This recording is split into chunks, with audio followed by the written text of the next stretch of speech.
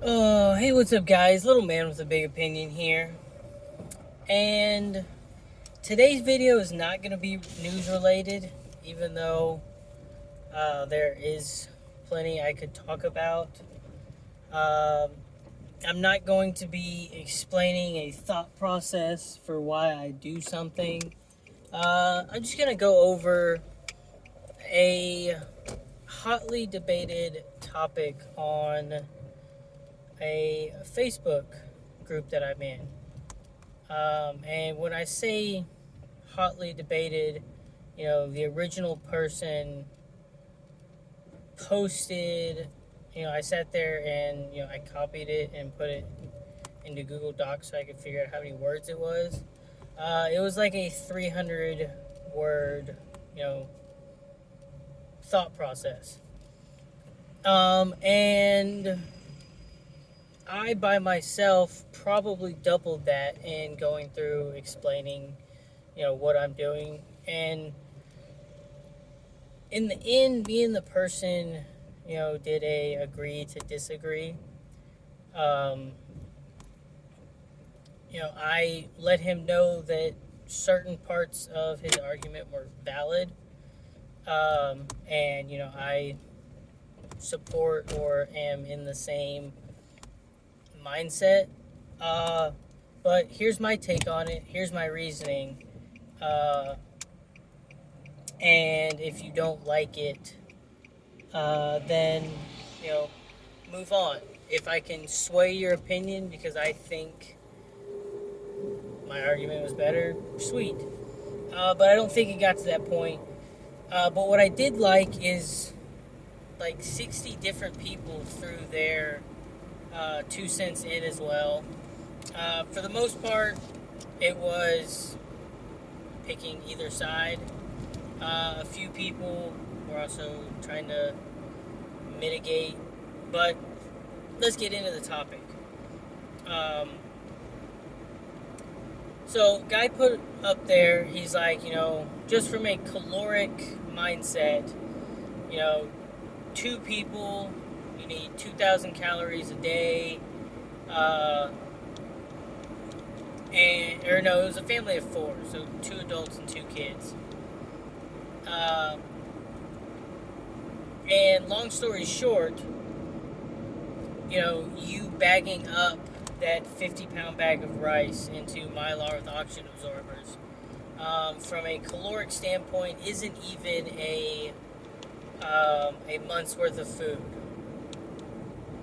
Uh, and that you shouldn't bag that kind of stuff up. Because if you're bagging it up, it means you're not using it, and you should eat what you store and store what you eat.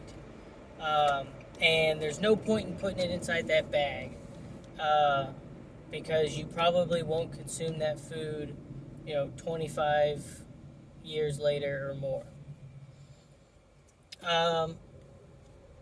Point that I made, because I think he does, have an argument to be made there.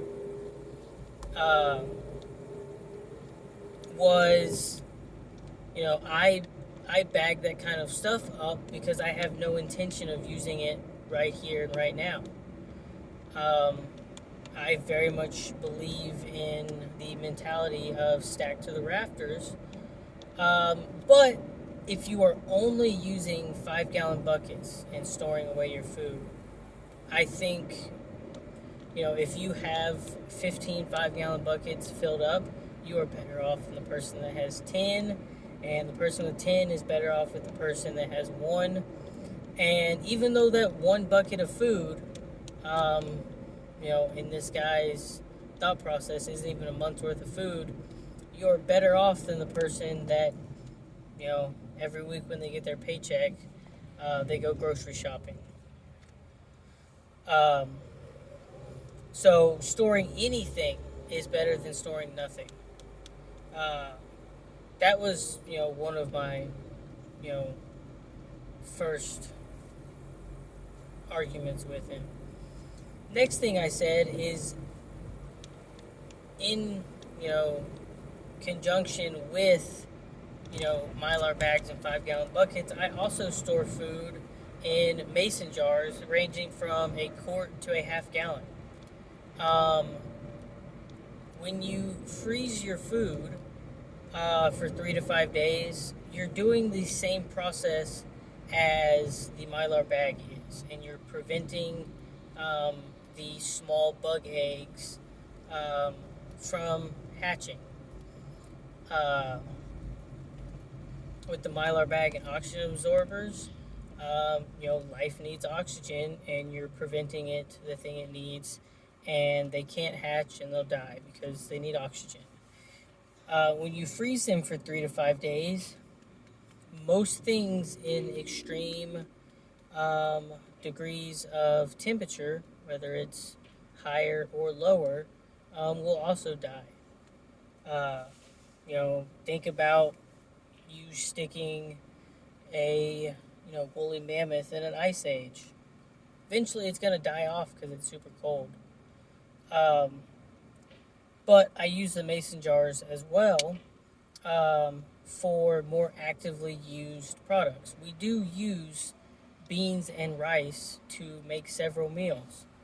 Um, but the beans and rice that we use, what I would consider in the working pantry, one of those 50-pound bags gets split up into, quart and half gallon jars. And that gets used up and it gets replaced. Uh, my argument was you have the long term food storage, and then you have your working pantry, which is anywhere from 1 to 3 months worth of food that is constantly being rotated, consuming the oldest first. Uh, and that's your first, line of defense when it comes to food security. Uh, and then, the last point that I made is the 50-pound bag of rice from Sam's Club has gone up about 75 cents from the start of, the pandemic, the major riots, the more serious talk of national divorce or civil war. Um, it's only really been in the last couple of years that prepping groups are seeing a much larger turnout in people watching their videos and wanting to have that new insurance that most people haven't really heard of before. Um, and so the last point I said was, there are countless stories of people excavating, different tombs and burial sites and stuff. And so, for instance, some Egyptian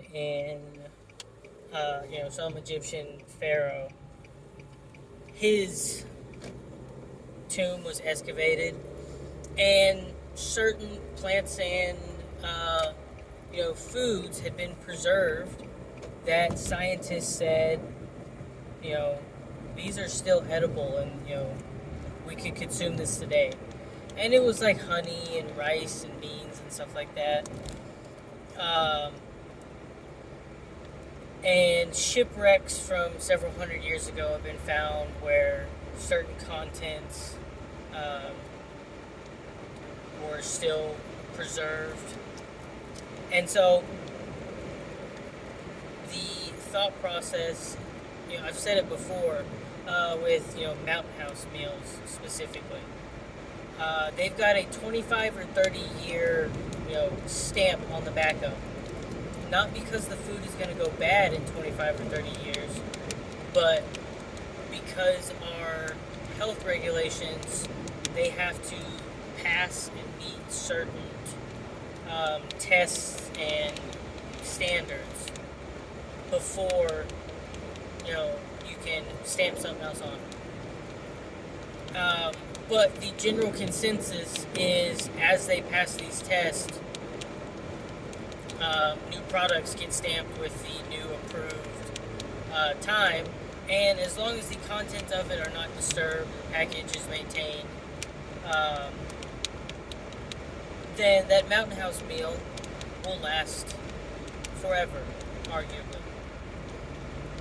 Uh, and so it's a good bet on inflation that by the time I'm 50, you know, 25 years from now, a Mountain House meal that I purchased today for $8, $9 will probably cost $20 or more. You know, there's no telling how much it's going to cost. But let's say, for argument's sake, they keep making the exact same scrambled egg version. It's got 500 calories in it. I don't remember what the exact calorie count of it is, but say it's 500 calories and it's $10 even. If it is $20 when I'm 50, still 500 calories, then I'm paying twice as much for, you know, calories I need then versus calories I need, you know, now. So, you know, keeping up with my math, let's say I did eat the 2,000 calories a day. I would need 4 of them. That's $40 for a full day's worth of food in today's market. And when I'm 50, it would cost $80 to eat that same meal.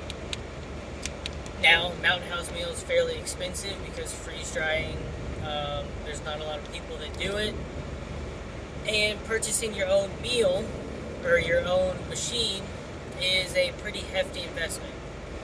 So, we figured out other staple food items can also be given the same treatment and last the same amount of time.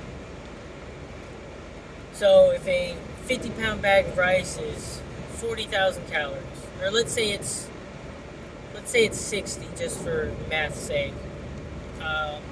One person, 2,000 calories a day. That's a month's worth of food, for just from a calorie standpoint. And I know the numbers aren't correct numbers, but for math's sake, we're going to go with it.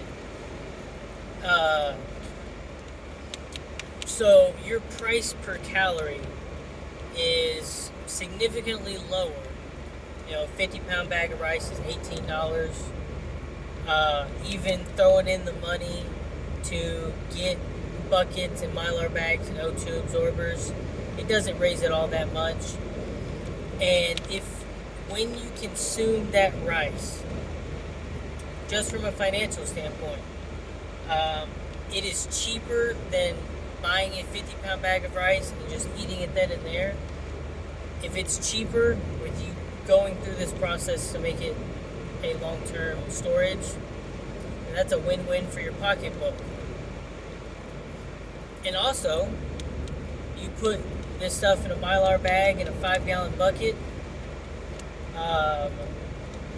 It is fairly flood resistant versus staying in its own bag. Earthquake goes through. It's pretty earthquake resistant. Might not be the same with a tornado because it might yank it up and throw it around. But it being inside that container is a lot safer for your food than in its regular packaged item.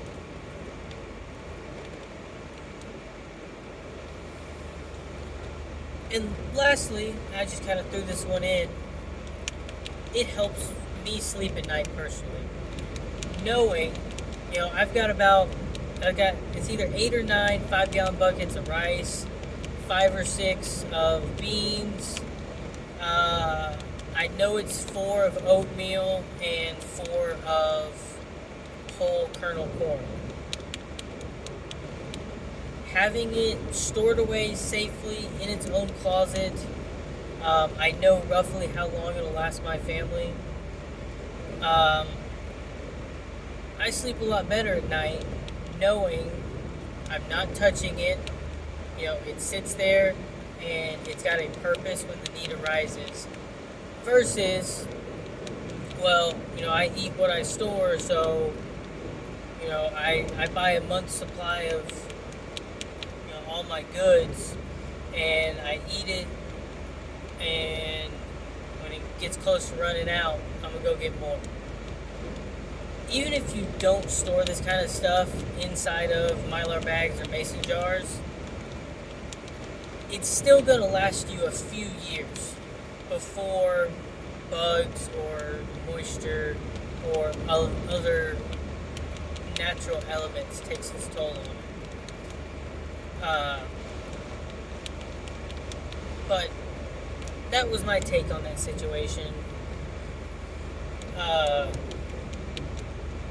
Other people chimed in. One person said, I store all my stuff underground. I don't trust the moisture levels if it's not in a mason jar or a 5-gallon bucket. And then another good point that I didn't think of that someone brought up is if you have the money to buy excess amounts of food, you're not living paycheck to paycheck. You spending that money on preps is kind of like paying yourself. You're spending that money, and in your mind, that money's gone. It never existed. You're not going out to eat and having a good time, and then your afterthought is buying preps. You get your paycheck, you pay all of your bills, you do the things to take care of your family, you put your money into your retirement or whatever, and then you spend your $100 on your food preps. And then after that, the money left over is getting a tattoo or, big old all-terrain tires for a vehicle, or going out to eat and entertaining yourself. So that's another really important way to look at this, is when you're budgeting for that kind of stuff, in your mind, you mentally treat that money as if you didn't have it to spend on, wants within, your income level.